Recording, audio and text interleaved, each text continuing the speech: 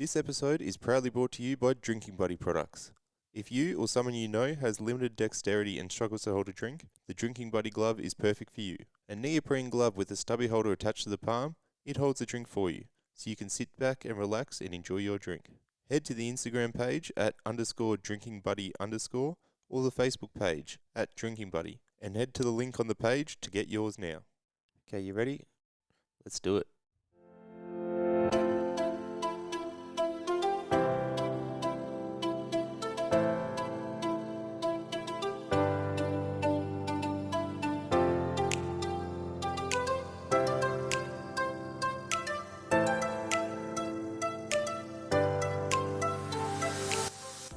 You're listening to Chats from a Chair, with me, Nick Dempsey, coming to you from my wheelchair.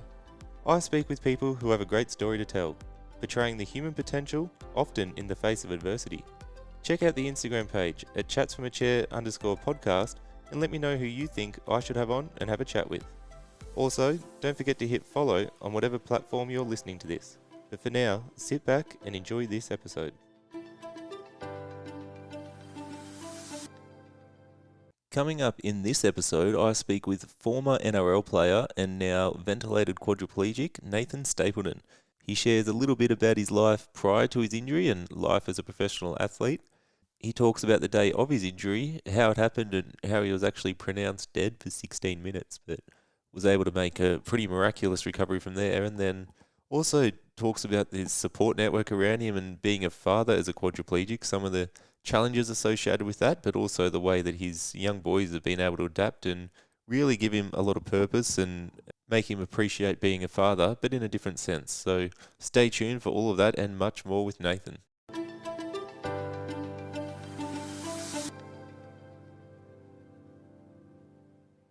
Hello and welcome. You are listening to Chats from a Chair. Welcome back if you're one of the regular listeners, or if it is your first time, welcome. My name is Nick Dempsey. And today I have with me Nathan Stapleton. Mate, thanks for coming on for a chat. Thanks, mate. Now, you are a fellow spinal cord injury quadriplegic like myself, but one thing you did that I didn't do was play NRL. So I want to start there. Tell me about your life prior to your injury and, being a high-level sportsman. Mate, it all started, I went to a TSS school at the Gold Coast. Oh, were you up here? Yeah, right. So I was lucky enough to get the opportunity to go there, and then got contracted out to the Cronulla Sharks when I was 17. So I got the opportunity to go down and play under the coach Ricky Stewart, who was the Australian coach at the time, which is very exciting. So that's sort of how that journey sort of started. So I went down as a 17-year-old, moved to the Big Smoke. Didn't know how to do my washing, cook my food. So thrown in the deep end. Deep end, mate. Yeah. Yeah. And then got belted out into a wonderful family and found my feet from there. And then I was sort of lucky enough to just put the hard work in, I suppose. And I didn't want to sort of go down and not take the opportunity that sort of arose then. Not many people have the opportunity to do that at such a young age. Yeah, definitely. Especially back then. So sort of grab it with both hands and run with it. And, TSS they're a union school, aren't they? They upset with you? Yeah.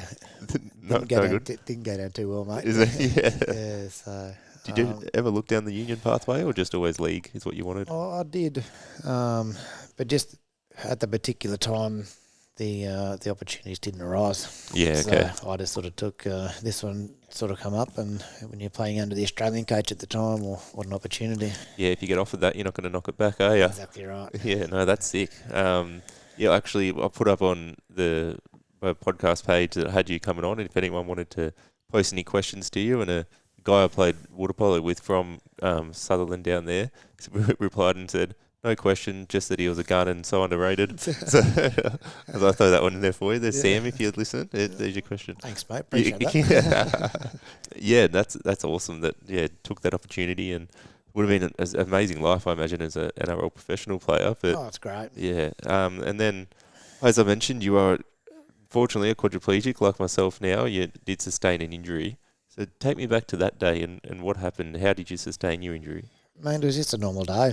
For years, I had a professional career for about 15 years, and my brother-in-law and I always said I would just play one game at some point over the course of the career, and that the opportunity didn't sort of arise over that period. And then obviously the risk factor as well. If you got injured and you were contracted, Oh, of that course. sort of wouldn't have went down too well. Yeah, I could imagine. So and then I retired, and it was sort of that was the end of it. It's ironic because I retired because of injury. It was Oh, really? Yeah, okay. knee reconstructions and all that, and then it was actually at the pub.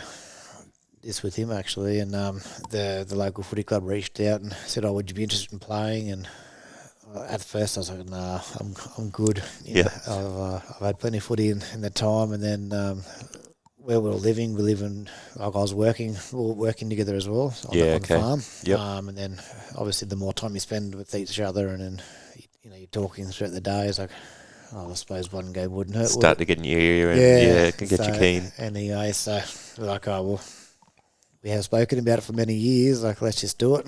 Just the one game, that's all you wanted together? Just Yeah. get one game in? Yep. Just get the one game in, and then that morning it was. I remember it was just a normal day. Woke up, and his mum actually had a bit of drama with their buggy on the farm, so I went and fixed that, and that was sort of it. And then we drove. The game was about 3.5 hours from where we live, so we got going, and got there. Normal day, warm up in the game. So watched the women's go around before us, and we started warming up, and then first half, like we're playing really well actually. Yep. It was I only ran one, so considering we sort of haven't really trained that much, we were playing really well, and Yep. and then I remember throwing a cutout ball, and I can't remember who it was, but he dropped it, and I just sort of dived on the loose ball, and then like a ruck formed. That's pretty much all I remember, mate. That was it. Yeah. Yeah, shit. So you just dove in a loose ball, then everyone just sort of came over the top of you and sort of wrong place, wrong time. Someone hit you at the wrong angle. Is that what you? Like I don't know, like it's because I dived on the ball, my head just sort of got stuck in the wrong position because obviously like people are trying to get you off the ball Yep. and all that. So you don't remember that moment that it sort of happened? no, like I dived on the ball, and then I remember trying to get the ball out of there, and I woke up in hospital. I don't know, didn't know whether it was a week or a year later. Yeah.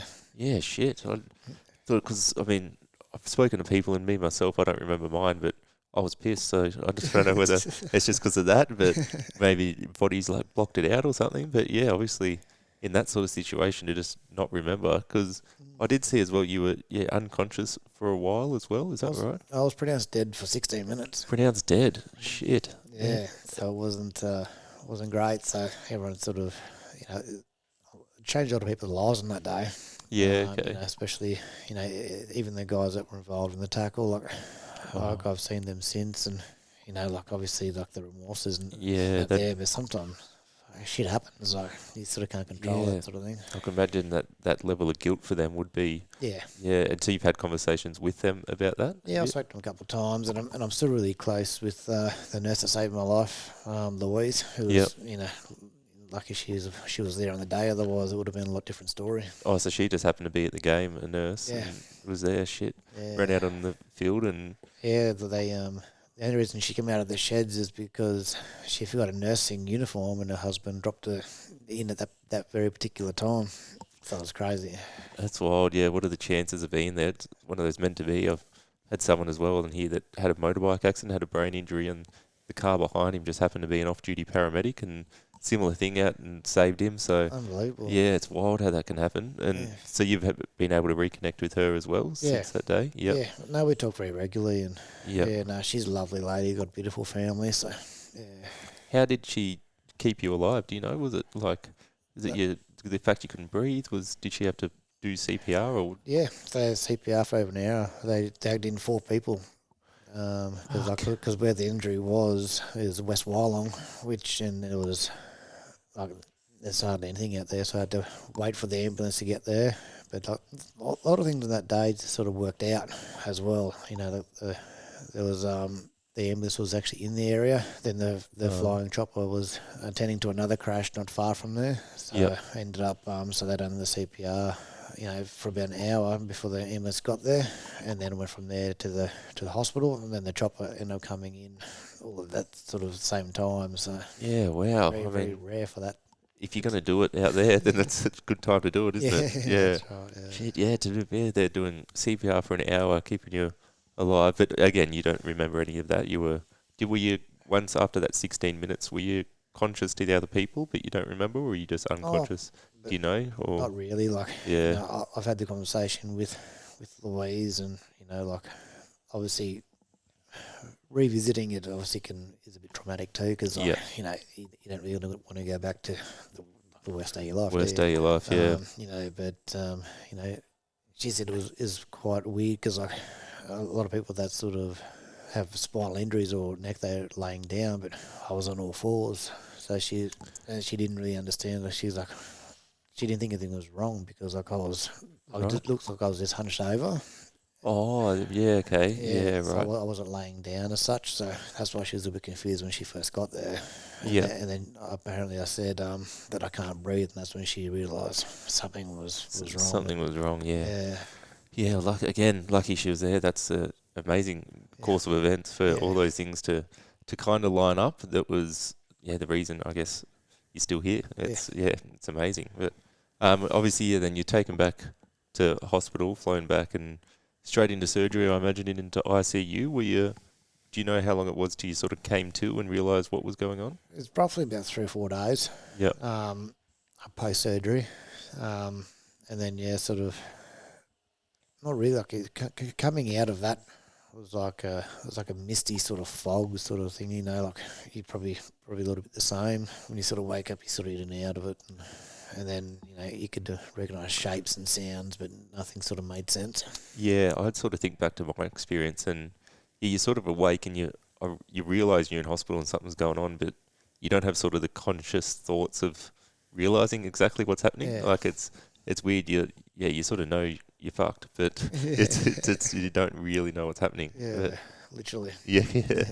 So you woke up and sort of came to a bit. Did you remember having a conversation with doctors or anything, or that told you this is what's happened to you? No, to be honest, like the first voice that I sort of heard was my wife at the time's voice. And all she kept saying was just my name, like Nath, like I'm here. That was sort of like the first sort of what I remember coming out of it. So Yeah. I guess that's why it was confusing too, because like you could hear a familiar voice, but you couldn't sort of make out what the fuck was going on at the same time. Yeah, exactly. Yeah, very confusing. And doctors are having a conversation with you at some stage, sort of saying that you've had a spinal cord injury or anything like that. Do you remember having those conversations? Yeah, like it was mainly around, obviously, like every doctor comes in, they announce who they are and blah, blah. So, and then like, oh, can you feel this, or can you move your arm, or can you do this? And I just remember going, yeah, no, I can do that. But then they're like, no, can you move your arm? And I was like, I am moving my arm. I honestly thought, I'm like, what are you? I thought they were mad. I thought, Really? I was like, I'm moving my arm. I thought, I was that confused. Yeah. You were that positive. Yeah, right. Yeah, because I mean, even now, if I try to move, like if I close my eyes and go to move my leg, you kind of still feel like you're doing it. Yeah. But no, it's weird. Yeah, right. So it took them to be like, no, your arm's not moving before you realise. Yeah. Fuck, that would have been a wild experience. Oh, yeah. The confusion and the fear, I suppose, like by me saying I am moving my arm and them saying I'm not. I'm like, trying to connect the dots was insane. Yeah, that wouldn't make any sense to you at all. And then, like I said, a bit scary to be like, what's happening? And a lot going on at once. And so, what level are you? Spinal cord injury? So at the first it was C3, C4. Yeah. But then, as Tom sort of went, it was like C2 Asia.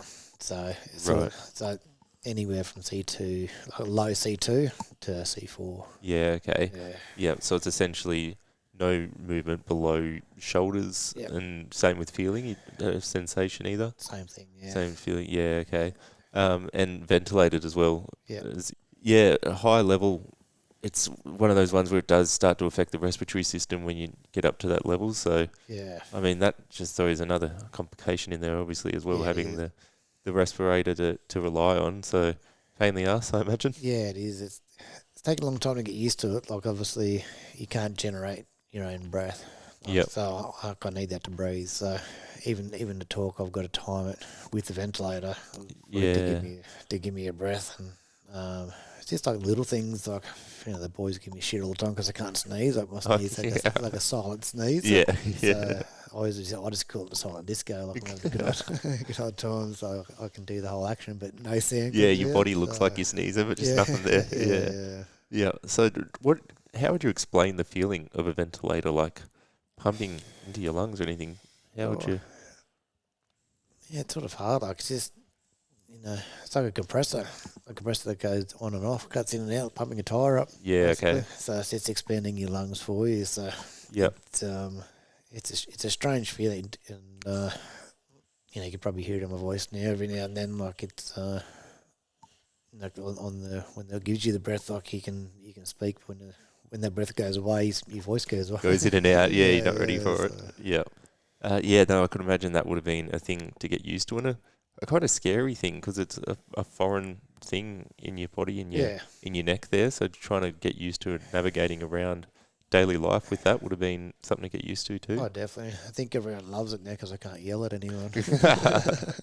Yeah, get away with things better now. That's right. Yeah, Yeah, if yeah, everyone just thinks I'm polite all the time. yeah.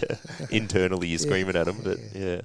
As well in hospital, you had all this going on with yourself, but then at the same time, your wife's pregnant Yep. with your second kid. Yeah, so my wife was 7 months pregnant at the time of the injury, Yep. which was, pregnancy's difficult enough, for obviously I don't know about it, but like being through with my wife with our firstborn, Yep. it's tough, it's hard, and it's been 7 months, which is it's nearly full term. That's yeah. Yeah, so How, how do you go navigating those emotions when you're had your world turned upside down? You got all this going on where, in a way, you need to be selfish and focus on yourself and trying to get better, but then you've got your wife that's 7 months pregnant, about to have your second kid. yeah, How the hell do you deal with that? mate. To be honest, it was very difficult. Yeah. Don't get me wrong, like it was hard, like you know, but I've always sort of been like a positive sort of person, and Yep. I've got my mum to thank for that. To see the bright side of things. So it was more of around. Okay, like this is a shit situation. It's not just happened to me; it's happened to us. It's happened to us as a family. So it was more. I used that as motivation. Yep. Like I needed to get through this for her and for our boys. Yeah. So we obviously shattered our world just being turned upside down. So, Yeah. and in the early days, there's so many unknowns. That's the thing, isn't Like, it? Yeah. you can say as much as you want, but until you sort of get there and the time goes on, and that's what's all this injury is a time thing. Yeah. Navigating and just seeing how everything's going to work, and Yeah. and still like today, there's still unknowns. Oh, mate, I'm almost 8 years and I'm still learning things Yeah. and figuring things out. So, Yeah, exactly. yeah, you keep going. But to have that sort of outlook and mindset so early on when something like this has happened, to use that as motivation, it could easily go the other way and, you feel sorry for yourself and why me and all that, which people that do go down that path, you can't really blame them because, Exactly. it's a shit situation. But to be able to, use that as motivation to get yourself through it is, it would have been, I imagine, a bit of a welcome distraction at times as well. When you're sick of dealing with your own shit, you've got that going on as well. You can turn your attention to. Exactly. Yeah, like it was, it's quite easy to fall in like the self pity and the self loathing side of things. But we had two young boys and a bit to think of, or one at the time, one on the way, and it was all about them. Like it was, and for both of us, we needed something apart from just the injury. Yeah. And in a way, like, we were blessed to have those two boys and they'll never know what the full extent of what they've actually done with this family to pull us out of the hole that we've been in, which is incredible. Yeah, I mean, I could imagine. I'm not a father, but I could imagine Yeah. that, when in that stage, when you're going through all that, it would be a great motivating factor, and as I said, a bit of a distraction at times, but it would be amazing. And you actually managed to be there for the birth of your second son, Yeah. even though you were still in hospital yourself and going through your recovery. How did that come about? Oh, mate, it was, you go through, like obviously I had the opportunity to be a father in the normal sense. Yep. Be on the birth of my firstborn, which is amazing. And this was, nothing less of amazing as well. There's just many more elements to it. Yeah. So it just motivating because I had to reach certain markers before they'd actually allow me to go in the room. Oh, okay. Just so I was stable enough to be there long enough, I suppose. Yep. And the hospital were fantastic, mate. Like they accommodated us, and they made the whole journey so much easier.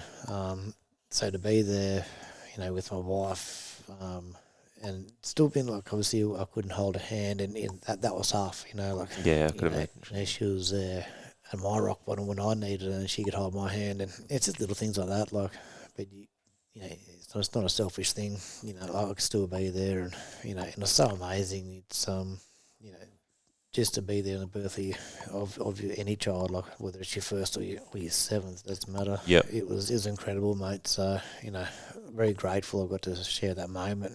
That would have to be with my wife and be there for her even during that particular time. Yeah. It's incredible. Still a role you could play, definitely being there as support, even though, as you mentioned, you might not be able to hold a hand in the same way or interact in the exact same way, but I'm sure being there and being able to witness the birth of your second child would still be a very very special thing. But sure, that has to be a world first, surely, for someone with a spinal cord injury still in hospital to be there for the birth. And so the two hospitals worked together and arranged it and were able to get you there and in the room. They were, the work they did behind the scenes was fantastic. Yeah, couldn't fault them. And then obviously, all went well. The birth went well. It happened, and was there a bit of mixed emotions as well with once your child is born and it's elation, you're happy, you got a new baby, but then as you mentioned, you're not able to interact in the same ways. Did you have to talk yourself through that, or? Yeah, I did, mate. Like it, it's such a special moment, like, and it's a moment you'll never forget, for the rest of your life. But I'd be lying if I said it wasn't a little bit devastated at the same time. Yep. But that moment, there's photos of Angus, laying on my chest, and makes it all worthwhile, because at the end of the day, Dad's still Dad, isn't he? Exactly, so right. Yeah. So there's nothing more than I'd want in this world is just to hug my boys, I'd give anything for that. Yeah. So. Well, I've spoken with a few people on here that are quadriplegic fathers and other people as well that, when you think about your dad, it's, they might do some physical things and show you, but you could so much more than that about the lessons they teach you, the emotional support, so many life lessons that, your old man's so much more than just being a physical being. So I imagine obviously fatherhood might be a bit different for you now, but it would be, still obviously a massive role you can play as you would know. But I imagine there was some sort of dark, challenging days in hospital as well. Did you have a support system you lent on, or who did you turn to in those times? Mate, my wife. Yeah. Yeah, my wife at the time, she was instrumental in my recovery. She's my biggest advocate. She was there every single day, even though she was having her own battles. She's lost just as much as I have in this. Her life has been turned upside down, as all of us. But the character that she's shown, and I've got so much respect for that woman and what she's been through. And I don't think I sort of know anyone else that could have went through that at that particular time. And and that's come off the back of like a foundation that we built, through a 17-year relationship too. Yeah, of course. So we were best friends, and for a long time. And so without her, I don't think I would have got through what I went through. So you know, it it's just incredible the way she's held herself together through the whole thing, and and still be a mum. Like, you got to think, you go through 17 years of relationship, and you have a firstborn child. That's one thing, and then to go through like losing your husband, and then still having to be a mum at the same time, like it's incredible. Yeah, you can't imagine it, can you? It's just, yeah. That's the thing with these injuries too. It's so much more than the individual. It's a ripple effect, and it is your partner if you have one, your family, it's all your friends. It's your whole network that are impacted by this, unfortunately, and that's just the way it is. It won't change, but yeah, it is. You do sort of. It takes a village if you can help each other out, and you lean on your wife at the time, then she's maybe able to lean on someone else, and you That's just right. help each other out, and yeah, that's that way And, everyone's able to get through it. and we had a great community around us, mate. Like, we had a lot of support from like a lot of our friends and and family. So everyone that stepped up has been great, and like and they're still there today. Like, Yeah, it doesn't go away. Just because an injury happens doesn't mean people just sort of come out of the woodwork, sort of thing. But people want to help.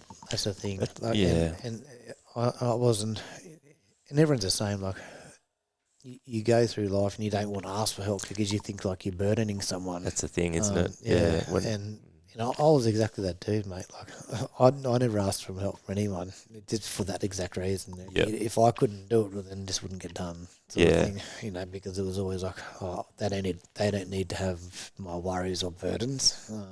But then you go through something like this, and it's just incredible, like the support that people want to give you, and they don't ask for anything in return. yeah, That's the thing. Like, it is. There's no contract as such. People just want to help. yeah. It's So amazing, isn't it? I yeah, was lucky enough to have a similar thing with my community back home in Albury, and as you said, people want to help, and they just will do it, and you do feel like obviously you're appreciative and you love them for it, but you do feel a level of almost guilt yeah, of just taking it all that's right. and that. But then if you think about the flip side, and if it was the other way around, and someone else that you knew was in our situation, then I don't. Yeah, you yourself wouldn't worry about. You'd be happy to help. So Yeah, that's right. it's trying to put yourself in their shoes and be like, okay, I wouldn't worry. So they probably don't care either. So, but Yeah, it's amazing. As I said, it can take a village if you are lucky enough to have that community support, and yeah. people to be able to be around and lean on it can make the world of difference. And sometimes it is hard. You know, it's hard to ask for help, and I've learnt that along the way.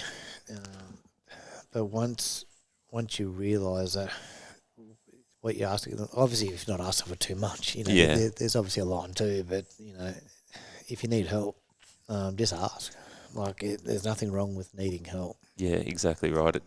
You do have to swallow your pride sometimes a little bit and just ask for it, but Yeah, I mean, it's like anything, just speaking up when you're struggling as well. yeah, It's that sort of message that it's actually the harder thing to do is yeah. to be able to is to be able to reach out to someone and Well, it's a masculine speak up. thing. Everyone thinks Mm. it's not being masculine, especially being a man in that position that position to ask for help. Like, it takes a bigger man to ask, to say, hey, like, listen, I'm struggling here, or like, Yeah, I need help with this. Like, it's a lot more respect if you know you're struggling and you need the help, just get it. yeah, exactly right. That's just, as you said, sometimes when you don't want to think you're burdening people with that, and that's you're not actually burdening. You're spreading the load, and if you're reaching out, people love you and you love them, then they'll want to help you. So Yeah. yeah, it's a great message to take from it. But how long were you in hospital for?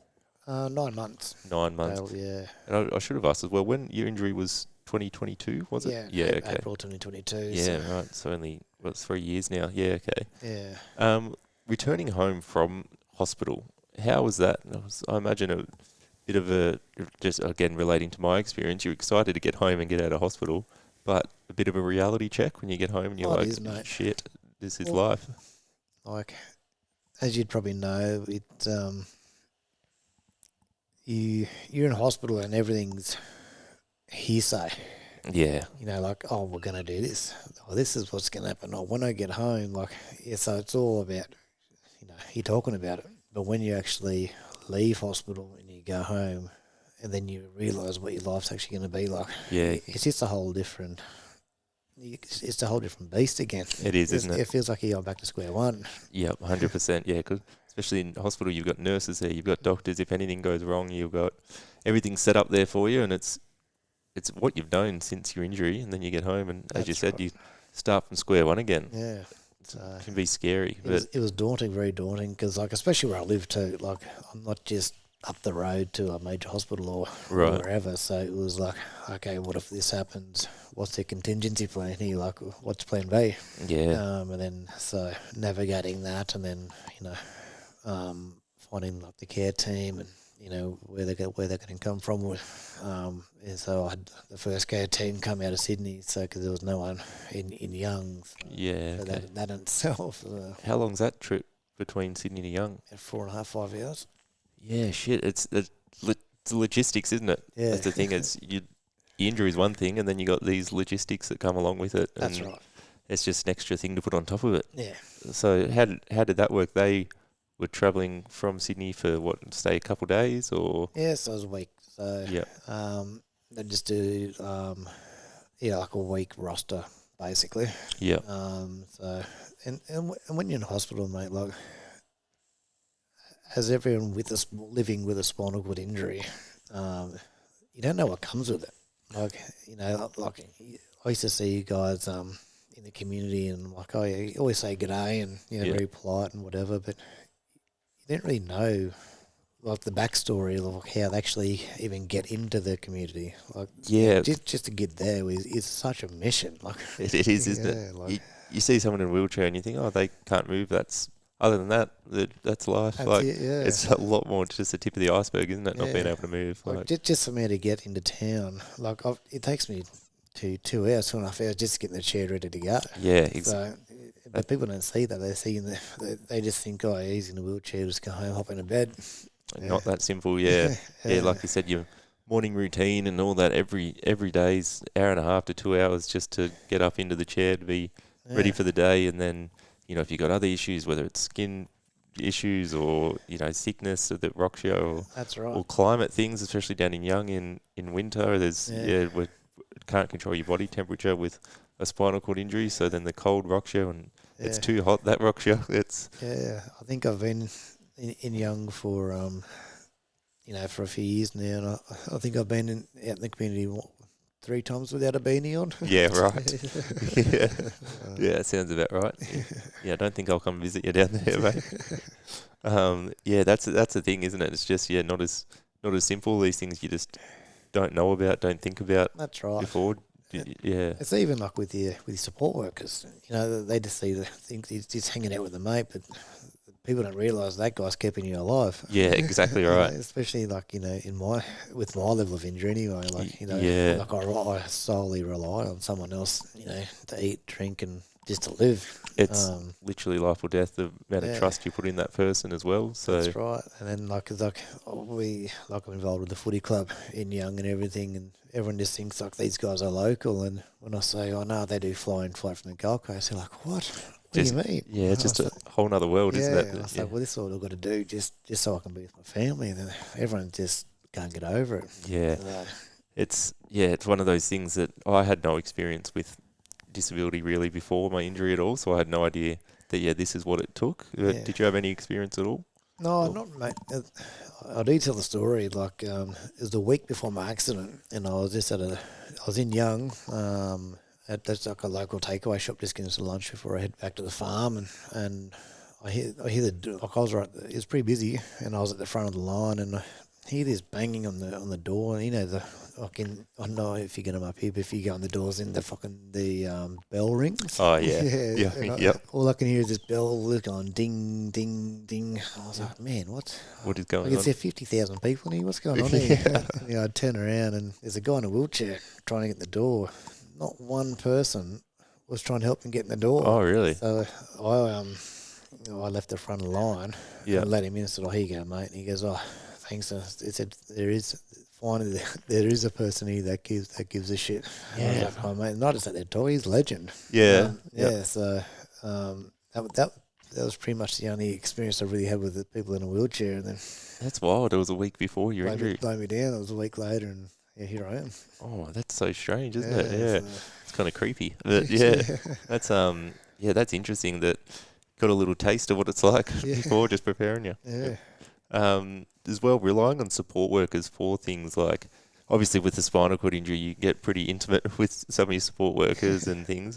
How did you go about like leaning into all that? I mean, unfortunately, you don't really have a choice with spinal cord injury, but yeah, how was that? Oh mate, look. So when I first come out of hospital, like I had a care team in Sydney, and you know,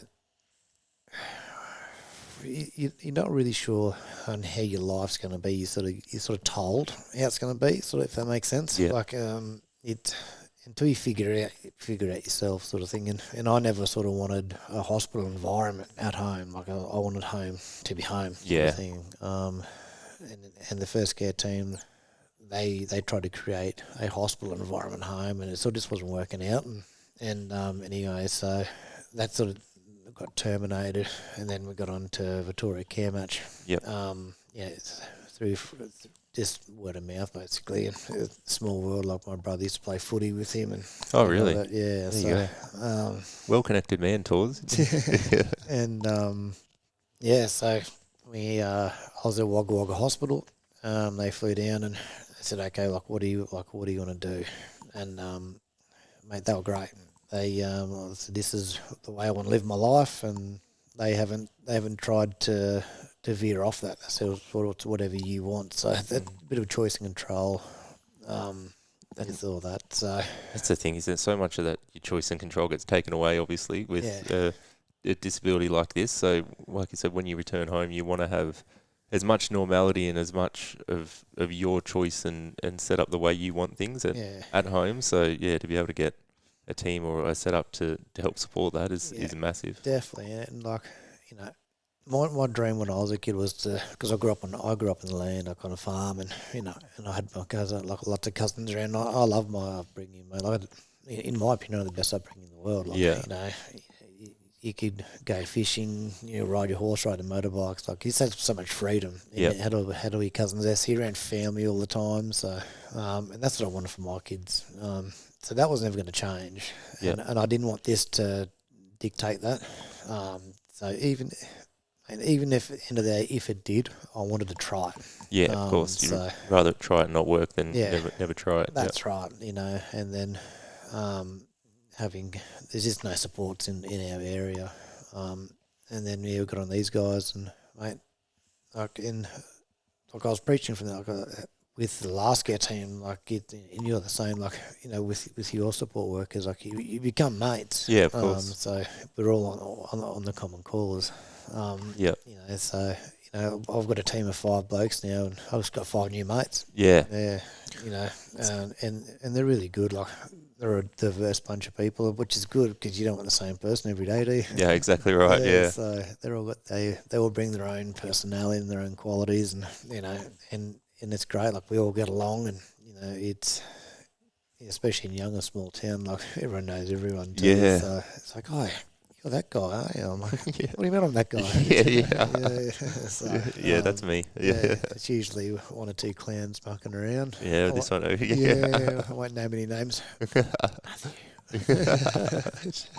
So that's really good. Like, we've got such a good team now, and Tools is great. Tools. So runs a good show, and it's so important. I often say to people, like, if one bit of advice for people is take your time to get your support system set up in the right way, your care team, because obviously, us being quads and relying on people 24/7, you spend a lot of time in each other's space, and you have to get along with each other, otherwise it's not going to be a very fun time. So that's right. Yeah, to take that time to set up the right people is massive, and then it affects your quality of life. Well, it is, mate. Like, social, and it doesn't.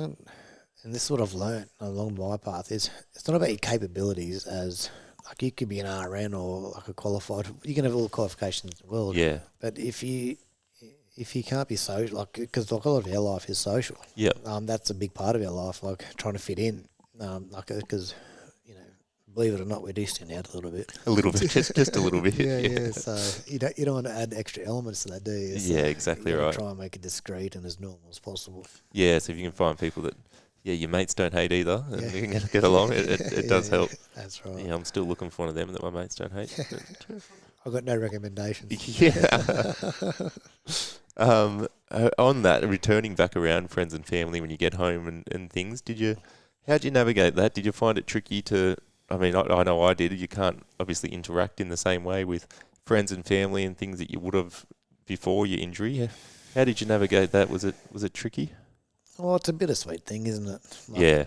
You still get to enjoy it, but just not as much as you used to. In a different way, you learn, yeah. You know, because like, you know, another downside of having a ventilator is my voice isn't as loud. Yeah. So, you know, if you get 3 people in a room, you need a microphone. Yeah, true. Yeah, so You realise how loud places are when you're a quad, don't you? And you try Seriously. to talk, and you're like, I never realised how loud this place is. So all my friends are gone from having verbal conversations to lip reading. So Yeah, you get good at it, don't you? Yeah. that's right. So I caught up with my cousin on the weekend, and she's just nodding her head, and I'm like, you don't know what I'm saying, do you? Call her out on it. Yeah, that's right. And I spoke to her yesterday, and I said, do you remember our conversation? She goes, nah, sorry, Couldn't mate. hear anything. Couldn't hear anything.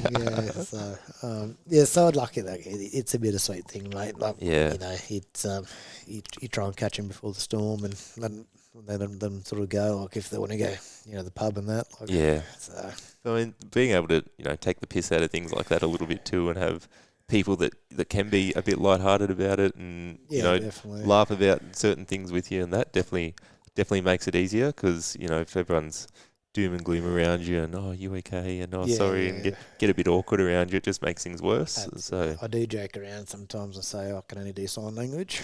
yeah, how's that going for you? Yeah, very well.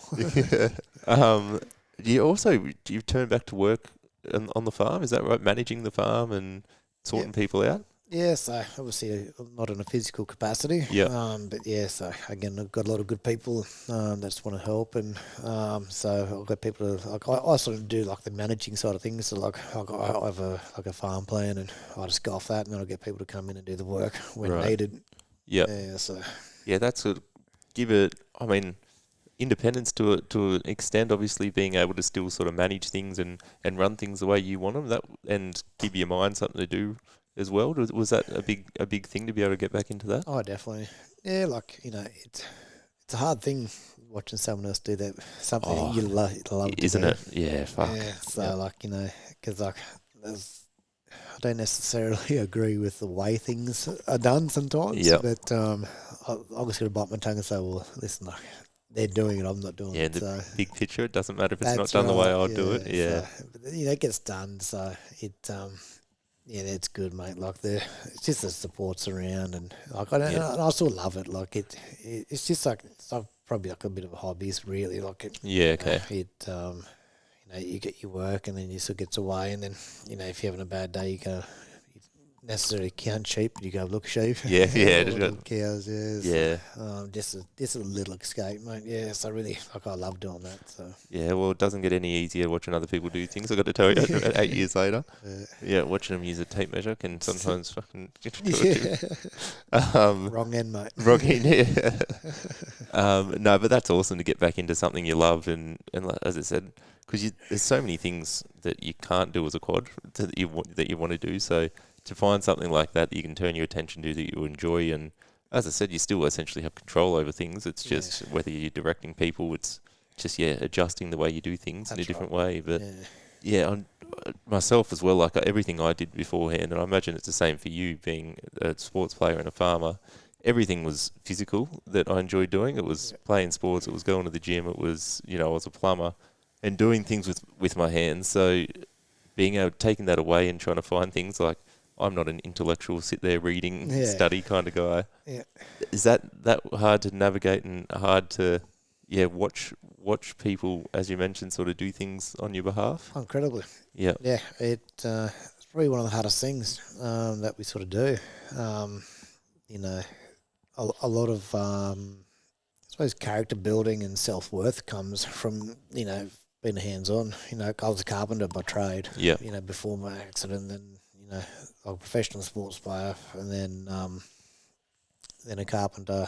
Then went back to hospitality, so running a business in the middle of the Northern Territory where it was completely off the grid, self-sustainable. Yeah. Where like you had to be like a plumber, a sparky, a mechanic, like Do it all. yeah, the whole lot. Yep. Yeah. So and then going on the farm, which is very physical as well, and then to have like your whole world Whole livelihood. just taken off you, Yeah. I built my whole life around what I could do with my hands. Yeah. That was just the way it was, the way I was taught, the way I was brought up, it was my way of life. Yeah. And then to have it just completely taken away, and then then what? Like it feels like your whole life's been stripped away from you. Yeah. So you're back to bare bones. Learning a new way to live, then, isn't it? Yeah. Just trying to figure out, like you said, what next to. That's right, and that's where again, going back to having friends, like a friendship and a network. Like I'm back. Like I've been working for the last couple of years. For like a guy I went to school with, a really good mate of mine, a beautiful family, a South African family. Yeah. And they've been instrumental in my recovery as well. Like they've given us purpose again in the work sense, and and they're just good life coaches, mate. Like we've had the attitude like, okay, it's happened. Like let's just get on with it. Like it's about all you can do, isn't it? Yeah. And South Africans are pretty brutal too. So that helps. That does help. Like they're not about like the feeling sorry for yourself. Like fuck it, basically. Like, it's happened. Like let's just move on. You've got a family to provide for, so you still got 2 boys that need you, and so you need those people in your life that can be like that sometimes, don't you? We do. So you can have, and it's impossible not to have some days where you feel sorry for yourself, and it's all you're just over it, doing the same shit every day. So to have that extra, some person every now and then, just to be like, oh, you got to do this today. Don't be slacking it. That's right. Yeah, definitely help. And if I'm ever having a bad day or thoughts like that, I end up calling him, and then the phone call is like, okay, maybe he's right. Let's just get on with it. Yeah, so can help. Which is just it's so good, sometimes I've told other people this this story and go, oh, geez, that's a bit harsh. And I said, no, not really. Like I don't see it that way. Like because it's what you need. Yeah. Sometimes you need to be told what you need to hear, not what you want to hear. Exactly right. And other quads might not be as receptive to that same thing, but if that's the case, then find the people that work for you. That's like, right. You obviously respond to that in that way. If that's what you need, then he's able to do that for you. But it's obviously not going to work for everyone, but that's fine. You find what works for you, and you go with it. But we touched on it a bit earlier as well about being a father now as a quadriplegic. How have your boys adapted to you being in a chair? Are they asking questions? They just go about things normally? How's it been? Incredible. Yep. Yeah, like I've got 2 very special boys, and they've taken this whole thing in their stride. Dad's dad, and it's sort of normal to them. Yeah. As such, because they're so young, they sort of don't know any different. Like I remember showing my oldest a photo of before Mark stopped free. Yeah. I said, "See, this is Dad," and he goes, No, it's not.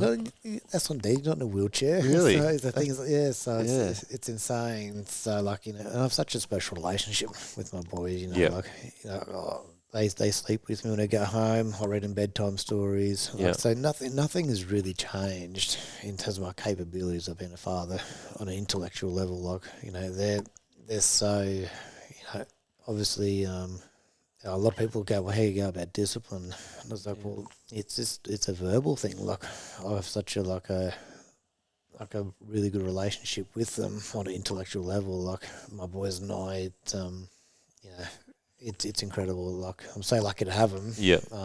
In my life, and we still do. Like they tie things to my chair and like do the buggies around. They sit up on my legs here, and So like. It's just normal to them. Yeah, it's probably to give that normality to you and not have them tiptoeing around you, I imagine would be a massive thing to just Yeah, settle your mind as yeah. well. Like, don't get me wrong, it's very hard. Like I said before, like, watching people do things that you can't do. Yeah, Yeah, that's a frustration, but there's no more frustration is that than someone interacting with your own child and you can't do it. yeah, Like that, that kills me every day. yeah. And I'll be lying to say if that doesn't hurt. But I'm still here, and I still get to be a dad. That's yeah. I mean, oh yeah. Again, couldn't imagine of having to watch that. But it's all. I remember hearing someone else who's a quad on a different podcast talking about it, and he's a father, and said he was at the beach one day and watching someone else, play with his kid on the sand, and he was getting annoyed, and then he had to take a second just to change his perspective and be like, I have a healthy family. I'm at the beach. My kid's having fun. Yeah, it sucks that I can't play with him, but it's just flipping that perspective and being happy Yeah, with it. that's right. Yeah, is that what you actively try to do and try to just focus on those positive things as much as possible? Yeah, definitely. Yeah. And it's not so much as in coaching like my support workers how to be like a father to my kids. Yeah. It's about them in a normal environment, and dad getting to enjoy that. Yeah. So like my boys don't act any different like with these boys as if they were with me. Yeah. As such. But I can still like tell my boys, "Oh, go jump on Matty," or Yeah. go tackle Ryan, like Yeah. things like that. So so they don't know any different. Yeah. And it's had a lot of things. Like I've missed a lot of time with my boys Yeah. over the last few years, and and it's been tough. But at the end of the day, it's not like we don't have a relationship Yeah. with them. You're still dad. Yeah, like they were always excited to see me, and their smiles. A smile's worth any memory in the world, isn't it? Like Takes away all the worries that you've there's no had. better feeling than seeing your kids happy, healthy, laughing, and just having a good time being kids. Yeah, and as I've mentioned a few times, probably a good distraction from everything that you've got to go through as every day as a quad and Yeah, all that stuff. So, no, that's awesome. As we said a few times as well, like you can have so many different relationships with your dad than just physical. So, to be able to take that on is awesome. But and I can still teach them things, mate. Like, yeah, of course. Yeah. Does take a bit of talking, don't get me wrong. Does it? Yeah, I could imagine. but it's just a different level, isn't it? Like instead of showing with your hands, you're showing them with your mind. Yeah. And your mind can do incredible things, mate. Like it gets you through a lot. Yep, definitely. Yeah, powerful thing. What do you hope your boys sort of learn from your journey when they get a bit older and look back at what Dad's gone through and understand a bit more? Just to be resilient. Just hang in there. My good South African friend, sometimes I think he can be a bit of a cynic sometimes, but he said something to me that's really resonated to me for a while now. He said that nothing lasts forever, good or bad. Yeah. So hopefully like resilience, tough it out, and just no matter what life throws at you, you deal with it and just keep moving forward. Yeah, I've heard that it's this too shall pass, and it's like everything's really shit at the moment. This too shall pass. Yeah. Everything's really good in life at the moment. This too shall pass. Yeah, and it's like whatever comes here, everything comes in waves. Whether it's everything the best thing in the world or everything's the worst thing in the world, that too shall pass, and you'll be on to the next thing. That's right. Yeah, no, I think that is it's a really good lesson to take your South African friends very wise. Do you have any advice for there's another quad father out there, someone thinking about becoming a father or currently a father? What advice would you have for them? Mate, focus on the things that fill your cup, basically. Yeah. So do the things that make you feel good. Spend the time with your boys or with your kids. Spend the time with the people that you love and that mean the most. And you're gonna have bad days. You can have bad moments, and allow yourself to have those moments, whether they're really good moments or really bad moments. Just be in control of your own thermostat, and just enjoy every moment that you got with them. Because, as we all know, you might get another one. Yep, there's one thing we know, you never know what's going to happen the next day. That's right. Yeah. No, I think that's awesome advice to as you said, be in the moment and enjoy them, whatever it is. Yeah. How do you think your outlook on life's changed in perspectives or just the way you live your life day to day, more so now than what you did before? Um, that's a good question. Thank you. Um, I suppose that when you're fully able, like you try and create moments to try and enjoy it. It's not that we can't do it at the moment; we just got to enjoy it in a different way. So, Yeah. um, it's just again positivity. I can't stress enough. There can be a lot of negatives that can get you down, but Yeah. focus on the positives and just go with the flow.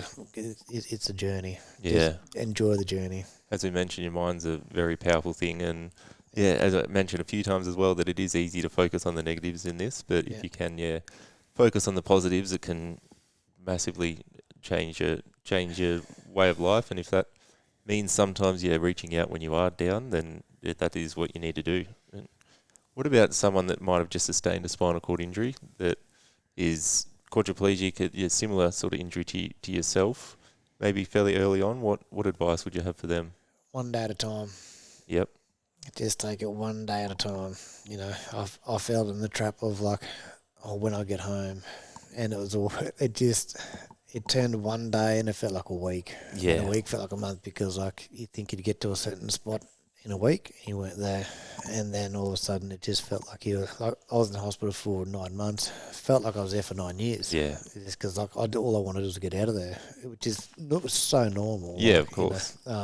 but yeah, just take your time and take it one day at a time. I think I've similar fell into a bit of a trap of that when I first got to rehab. I was like, oh yeah, a few weeks here and then I'll be able to move better again and everything. And Yeah, then a few weeks later, you're like, still can't move. What is going on? And then that's right. you can fall in your own trap of setting it. Oh, you want to be obviously optimistic and do your best, but That's right. sometimes you can get caught in your own trap. So, Yeah, I think one day at a time is great advice. Don't put too much pressure on yourself yeah. and just do what you need to do. Progress doesn't come in weeks; it comes in days. Yep. So, No, very, very good point.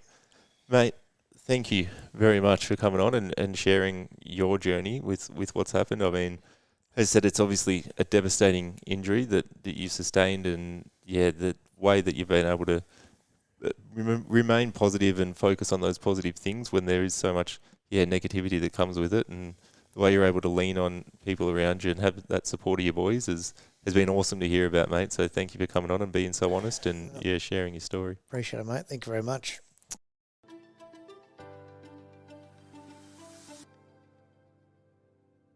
Well, massive thank you to Nathan Stapleton for coming on and sharing his story and his journey from being a professional athlete playing NRL, many kids' dream, to then playing a one-off game with his brother-in-law and sustaining something so devastating. But to be able to hear the way that he's been able to stay positive through, majority of all of it, and so many negatives that do come with it. But just listen to him speak about even being in hospital and being there for the birth of his son, and the way that although he had all those things going on in his own personal life and personal injury, that something like that's so special that he was able to still, be a part of and really enjoy that moment. So thanks so much to him for being vulnerable and sharing, very, very close things to him about being a father as a quadriplegic, and the way that his boys have been able to impact him, and also some of the ways he's dealt with, some of those down days. So that was really amazing to hear from him, and lots of advice to be taken from that, I think. So if you are someone out there that's struggling, just the way that he mentions about, being able to reach out and the support networks around you and how people do want to help. So please reach out, and you can also reach out if any of my episodes or this episode do bring up any adverse feelings for you. You can reach out to Lifeline on 13 11 14. You can also text them on 0477 13 11 14, or go to their website and navigate to the chat. Please remember to reach out and check in on each other, and that it ain't weak to speak. That's it for now for this episode. Make sure to go check out the Instagram page at chatsfromachair_podcast, where you can catch up on any of the latest episodes, see what you've missed, and also keep an eye out for following episodes. I also do throw up on the story somewhere you can ask the upcoming guests a question. So keep an eye on that, and you can go and submit your question that I can then ask here on the podcast. So head over to the Instagram and Facebook page, check that out, and hit subscribe or follow on whatever platform you're listening to this. And see you back here next time. Hope you've enjoyed this chat as much as I have. Cheers.